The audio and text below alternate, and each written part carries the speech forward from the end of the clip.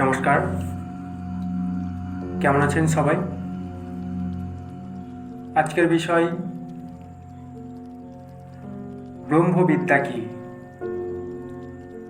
ব্রহ্ম বলতে কি বোঝায়? ব্রহ্ম বলতে বোঝায় প্রভুকে, যিনি সকলের প্রিয় এবং সর্বসুন্দর, যিনি জগতের নিয়ন্তা, যিনি জগতের বিধাতা, তিনিই হলেন প্রভু। পূর্ণ ভাবকেই বলা হয় প্রভু। যিনি জগতের দাতা, তিনিই হলেন প্রভু। যার দ্বারা এই জগৎ প্রকৃষ্ট রূপে পরিচালিত, তিনিই প্রভু। ব্রহ্ম বলতে বোঝায় প্রমাণ। প্রমাণ কি না, পূর্ণ মানটাই হচ্ছে প্রমাণ। সেই পূর্ণ মানকে বুঝতে গেলে আমাদের আগে বুঝতে হবে মান কি। মান বলতে বোঝায় মানুষের নির্দিষ্ট স্থান, নির্দিষ্ট অবস্থা, নির্দিষ্ট পথ, নির্দিষ্ট গতি ও নির্দিষ্ট স্বরূপটাই হচ্ছে মান। অর্থাৎ জীবের স্বরূপ বা আত্মার স্বরূপটাই হচ্ছে মান। তাই প্রমাণকে বুঝতে গেলে আগে মানকে অবশ্যই বুঝতে হয়।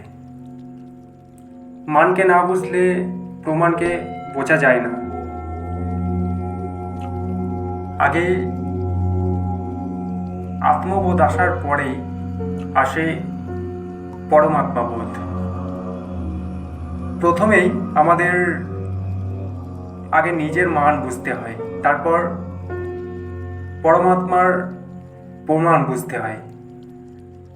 এই ব্রহ্মবিদ্যা কি? ব্রহ্মবিদ্যা বলতে বোঝায় পূর্ণ দান, পূর্ণ ত্রাণ, পূর্ণ মান, গুণ, জ্ঞান, এসবের সম্পূর্ণ বোধটাই হচ্ছে ব্রহ্মবিদ্যা। ব্রহ্মবিদ্যা হচ্ছে তত্ত্বজ্ঞান। প্রকৃতি তত্ত্ব, আত্মতত্ত্ব এবং পরমাত্মতত্ত্ব, এই তিনটে তত্ত্বের যে সম্মিলিত বোধ, সেটাই হলো ব্রহ্মবিদ্যা।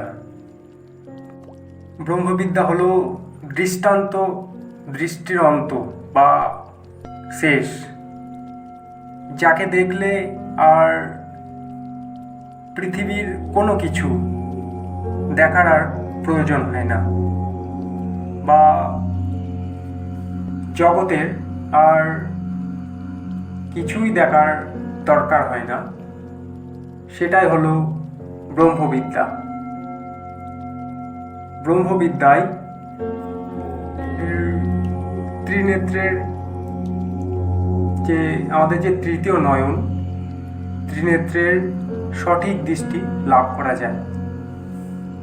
আমাদের যে তিনটি চক্ষু রয়েছে, এই তিনটি চোখ সঠিক দৃষ্টি লাভ করে এই ব্রহ্মবিদ্যার দ্বারা। আমাদের যে চর্মচক্ষু রয়েছে দুটি, সঠিকভাবে প্রকৃতিকে দেখার দৃষ্টি লাভ করে। আমাদের প্রাণচক্ষু সঠিকভাবে আত্মাকে দেখতে পাই এই ব্রহ্মবিদ্যার দ্বারা। সঠিকভাবে ঈশ্বরকে দর্শন করতে পারে এই ব্রহ্মবিদ্যার দ্বারা। যেখানে সঠিকভাবে প্রকৃতি, জীব এবং ঈশ্বরকে দেখা যায় বা বোঝা যায় সেটাই হলো ব্রহ্মবিদ্যা। আজকে আমরা ভিডিওর মাধ্যমে জানলাম ব্রহ্ম বলতে কী বোঝায় বা ব্রহ্মবিদ্যা কী। ভিডিও যদি ভালো লাগে অবশ্যই সাবস্ক্রাইব করবেন। সবাই ভালো থাকবেন, সুস্থ থাকবেন। নমস্কার।